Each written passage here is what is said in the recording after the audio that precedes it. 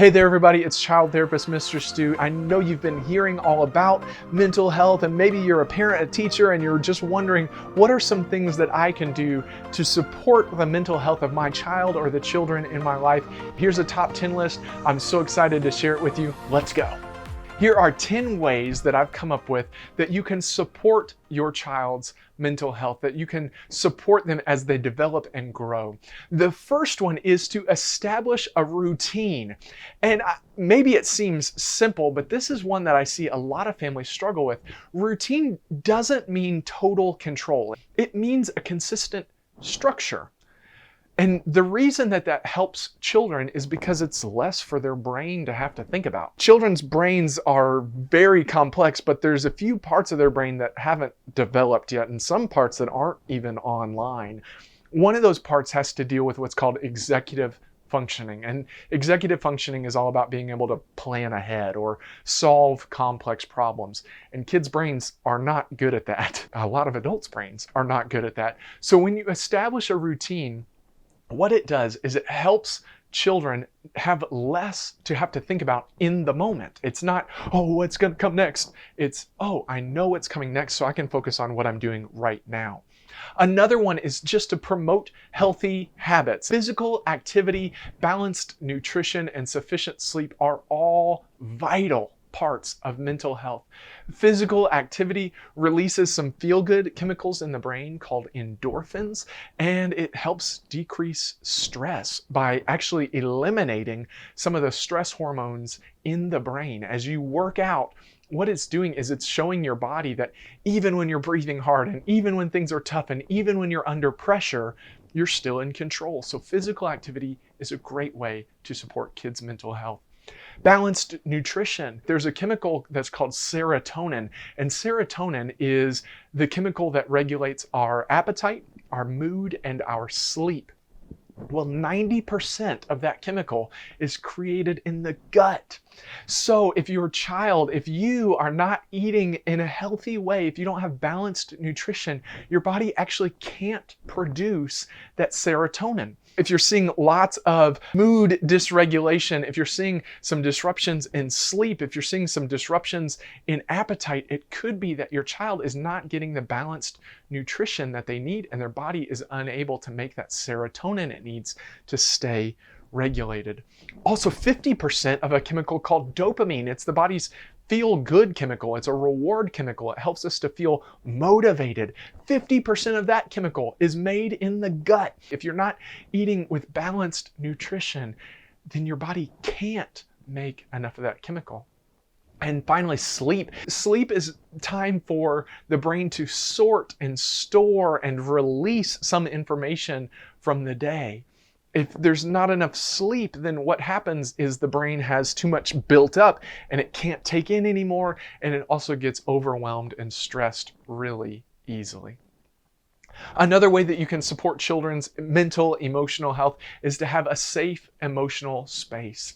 And I believe that there's two facets of a safe emotional space. The first is just to say, it's okay to feel however you feel. You choose how to respond. We don't need to fix kids and make them not feel angry, not feel sad, not feel scared. It's just that when they feel sad, when they feel angry, when they feel scared, that they're still in control of themselves. So it's okay to feel however you feel. And I'm going to help you learn how to respond. That's part one. The second part is what's called unconditional positive regard. In mental health, we call it UPR. An unconditional positive regard just says, I may not always support your decisions, but I always support you. I'm always going to believe that you are doing the best that you know how to do, even when you make the wrong choice, a poor choice, or a disruptive choice. I'm just going to believe that you are good. As parents, as adults in children's lives, sometimes that's really difficult because we think we should always be imparting the lesson. But to have a safe emotional space, sometimes it's about sharing and correcting and commenting. But a lot of times it's just about listening and understanding where that child is coming from and helping them to see that you are with them and that they can make a better choice in the future. Another way that you can support children's mental health is by practicing mindfulness together. And it doesn't have to be anything extreme. It's just reminding yourself and your kids that taking those mind breaks is important. Maybe it's just, hey, before you head off to do this tough or stressful thing, let's just take a deep breath together. Before you head off to school, let's hug and take a deep breath. Maybe it's pulling up some yoga videos on YouTube and just being silly together. If you'll do that, what mindfulness does is it decreases stress, it increases connection, and it increases a child's ability to regulate themselves because they see that the mind is very transient, that emotions come and go, that thoughts come and go, and it's okay to think about things because that thought is not going to be there forever. Another thing you can do to support the mental health of the child or children in your life is to encourage them to participate in expressive activities, things like art or music or writing or acting or just playing. When kids feel emotions, there is literal energy that builds up in their brains, and that energy has to get out. It has to go somewhere. So if you can encourage these expressive activities, what you're saying is, here is a way to get that out. I know you're feeling this. I know you're thinking this. Here's where it can go. It gives that energy somewhere to go so that that energy doesn't build up too much for too long. Another thing you can do is limit screen time. And isn't this one that we hear about all the time? I'm not saying that screens or technology are the devil, but I do know what too much of those things does to kids' minds. Their brains are getting constantly flooded with all this input that is constantly sending these signals to their brains, that is constantly flooding their minds with all sorts of chemicals. And so if there's too much of it, there is damage being done. But what I suggest is, rather than just putting a limit on how much screen time, like rather than saying, oh, you can only have 2 minutes of screen time a day, rather than putting limits on screen time, have time that is screen-free time. When you say, hey, we're going to have screen-free time, not we're going to take away the screens, then children's minds become more open to that idea. And yeah, you might be the weird parent. You might be the frustrating parent to your child. That's okay. They and their minds will thank you for it one day if you will add more screen-free time to their days. Another thing you can do to support children's mental health is to teach them coping skills. And let me reiterate that this is to cope, not to control. It is not about trying to control your emotions. It's about not letting your emotions control you. It doesn't have to be that your child goes from sad or angry or scared to happy and gleeful and joy and everything is peace and rainbows. It just means that sad, scared, and angry don't take over. It's okay to feel however you feel. You choose how to respond.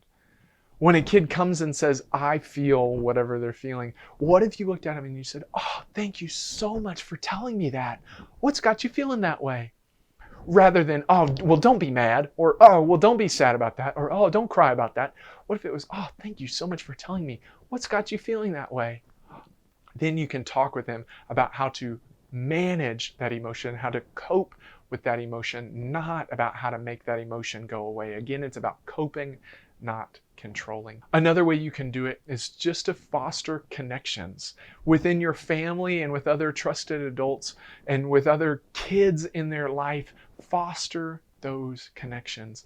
The number one predictor for positive outcomes with kids is if they feel there is at least one adult in their life who cares for, understands, and supports them.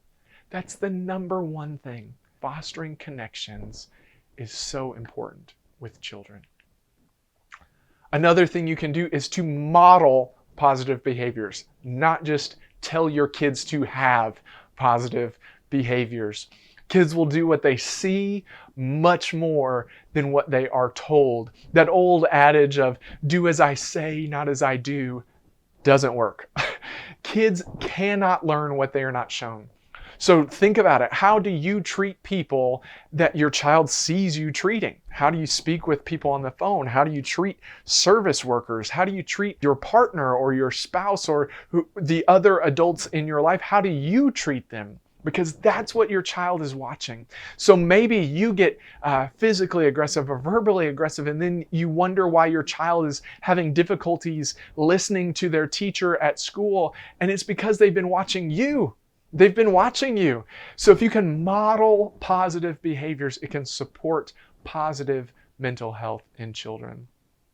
And finally, this is a big one, and this is one that is so hard sometimes. Seek professional help when it's needed. I get asked a lot what I think is causing so much parent or teacher stress now. And I think so much of it comes down to the fact that because there is so much information about mental health, parents and teachers and other non-mental health professionals think they should have the answers or be able to deal with everything. I'm here to tell you that's not true. If you are a parent and you know that your child is dealing with something that is beyond something that you can help them with, you are not a bad parent. You are exactly the parent your child needs because you are seeing this now and you know it's okay to ask for help. It's okay to say, I'm overwhelmed. I don't know how to do this. My child is dealing with something that I never dealt with and that I don't know much about. Sometimes you might need professional help. Those professionals are specifically trained. It doesn't mean you failed. It doesn't mean you're a loser. It means you needed some help. And it's okay to ask for that help for you, and it's okay to ask for that help for your child.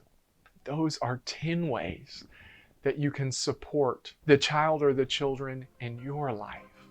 So what's one of the ways that you've been doing really well? And what's one of the ways that maybe you want to work more on? Post it in the comments below. I can't wait to see.